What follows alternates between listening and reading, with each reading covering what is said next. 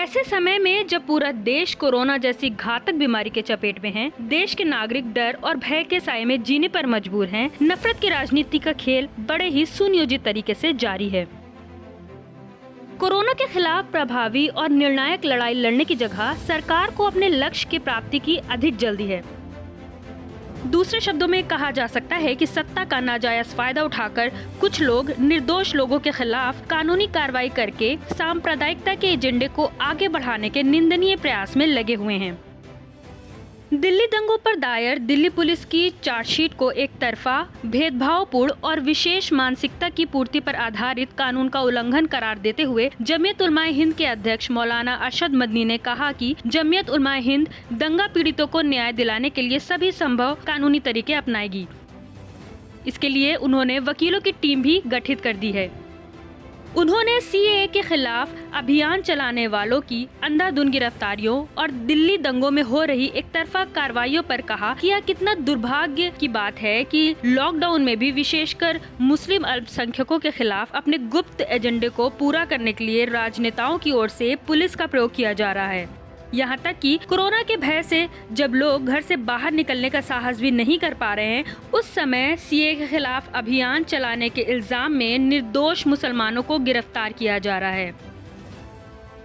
दुर्भाग्य से पूर्व नौकरशाह हर्ष मंदर जैसे मानवाधिकार के कार्यकर्ता और शाहीन बाग में लंगर लगाकर खाना बांटने वाले एक मानवतावादी सिख डीएस बिंद्रा को भी पुलिस द्वारा मुलजिम बना दिया गया है। मौलाना अरशद मदनी ने कहा कि पूरे देश में मुसलमानों के साथ पुलिस का क्या व्यवहार रहता है, इसको समझने के लिए तेलंगाना हाईकोर्ट की हालिया टिप्पणी ही काफी है।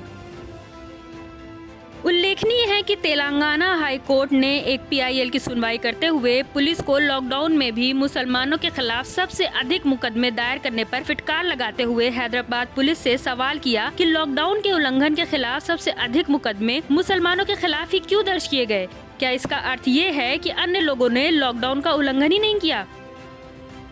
सुनवाई के दौरान बेंच ने देखा कि लॉकडाउन में पुलिस का इन अल्पसंख्यक के साथ व्यवहार क्रूरतापूर्ण था। मौलाना ने कहा कि भारत में कहीं भी दंगा हो, वो दंगा नहीं बल्कि पुलिस एक्शन होता है।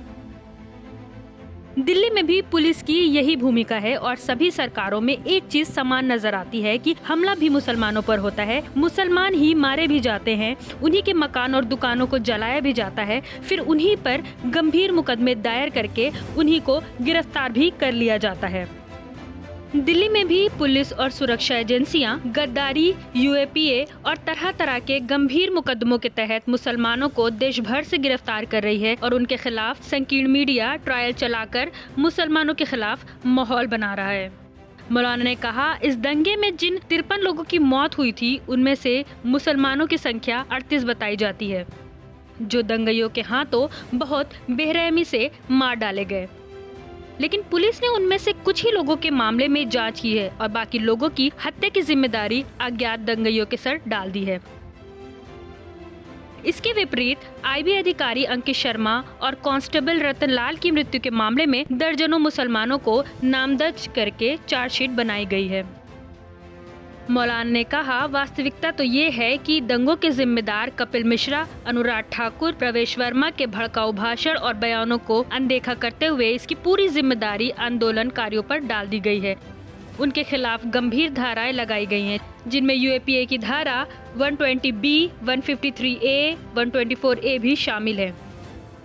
मौलाना अरशद मदनी ने कहा कि पुलिस ने कुछ दिन पहले 20 दंगइयों के खिलाफ चार्जशीट दायर की। पुलिस ने इस खबर को बड़ी प्रमुखता के साथ जारी किया और स्पष्ट रूप से बताया कि 2 सगे भाई हाशिम अली और आमिर अली की हत्या के इल्जाम में उसने 20 दंगइयों के खिलाफ चार्जशीट दाखिल कर दी है। लेकिन पुलिस ने उपरोक्त 20 गिरफ्तार दंगइयों के खिलाफ जो चार्जशीट दाखिल की है उसमें दंगा भड़काने, आगजनी और हत्या की धाराएं लगाई ही नहीं है। अर्थात उन्होंने पीड़ितों को ही दंगा भड़काने का जिम्मेदार मान लिया। हत्या के इल्जाम में जिन 20 हिंदुओं को गिरफ्तार किया गया है उनको अप्रत्यक्ष रूप से केवल जवाबी और रक्षात्मक हमले का दोषी बताया गया है।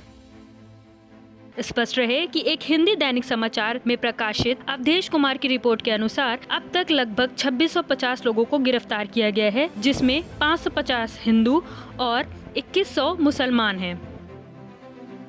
ये सब इस समय जेल में हैं। इनमें वो लोग भी शामिल हैं जिन्होंने सीए के खिलाफ होने वाले आंदोलनों में महत्वपूर्ण भूमिका निभाई थी, लेकिन उन्हें भी दंगों से जोड़ दिया गया। मौलाना मदनी ने पुलिस की एक तरफा चार्जशीट पर कहा कि सबसे अधिक आश्चर्यजनक बात यह है कि इस चार्जशीट में पुलिस ने ये बताना तक गवारा नहीं किया कि उसने 3 दिनों तक जारी रहने वाले दंगों को रोकने के लिए क्या कदम उठाए थे और घटना स्थल से कितने दंगाइयों को हिरासत में लिया था। खुद गृह मंत्रालय की ओर से संसद में बयान दिया गया कि 300 लोग हत्या और दंगा करने के लिए पड़ोसी राज्य उत्तर प्रदेश से दिल्ली आए थे। पुलिस ने अपनी चार्जशीट में ना तो उन लोगों का कोई उल्लेख किया है, ना ही ये बताया कि वो कौन लोग थे और उनका संबंध किस सियासी पार्टी से था। एक महत्वपूर्ण प्रश्न ये भी है कि अगर वास्तव में दंगा योजनाबद्ध था और इसके लिए नियमित रूप से मुसलमानों की ओर साजिश रची गई, तो पुलिस का खुफिया विभाग समय से पहले इसका पता लगाने में विफल क्यों रहा। मौलाना ने कहा कि एक ऐसा दंगा था जिसकी तैयारी चुनाव से पहले से ही की जा रही थी। उन लोगों की पूरी कोशिश यही थी कि सांप्रदायिक एजेंडा चलाकर राज्य सरकार के कार्यों को मलियामेट कर दें। इसलिए गृह मंत्रालय से लेकर कपिल मिश्रा तक सभी एक ही भाषा बोल रहे थे। जो असल मुजरिम हैं, राजनेताओं की सुरक्षा प्राप्त है और जो बिल्कुल निर्दोष हैं, उन्हें जेलों में डाल दिया गया। आखिर में मौलाना मदनी ने कहा कि उपरोक्त सभी मुकदमों की पैरवी के लिए दिल्ली सरकार ने जिन वकीलों को नियुक्त किया है, उनके नाम तुषार मेहता, अमन लेखी और मनिंदर सिंह हैं। ये मुकदमे दिल्ली की निचली अदालतों में चलेंगे। में दंगा पीड़ितों की पैरवी तुषार मेहता जैसे वरिष्ठ वकील करेंगे। तुषार मेहता केवल वरिष्ठ वकील ही नहीं, बल्कि इस समय केंद्र सरकार के सॉलिसिटर जनरल हैं, जो सुप्रीम कोर्ट में सरकार का प्रतिनिधित्व करते हैं। अन्य 2 वकील अमन लेखी और Maninder Singh additional solicitor general हैं। अमन लेखी नई दिल्ली भाजपा सांसद मीनाक्षी लेखी के पति हैं। मीनाक्षी लेखी संसद में कपिल मिश्रा का समर्थन कर चुकी हैं। ऐसे में अनुमान लगाया जा सकता है कि ये तीनों सरकार के वरिष्ठ वकील तो की क्या पैरवी करेंगे। उनसे ये आशा की जा सकती है कि वे दंगा पीड़ितों को न्याय दिलवाएंगे। तुषार मेहता के बारे में इतना समझ लेना काफी होगा कि 2002 के गुजरात दंगों में उन्होंने स्थानीय अदालतों से लेकर सुप्रीम कोर्ट तक में दंगों के दोषियों का प्रतिनिधित्व किया था।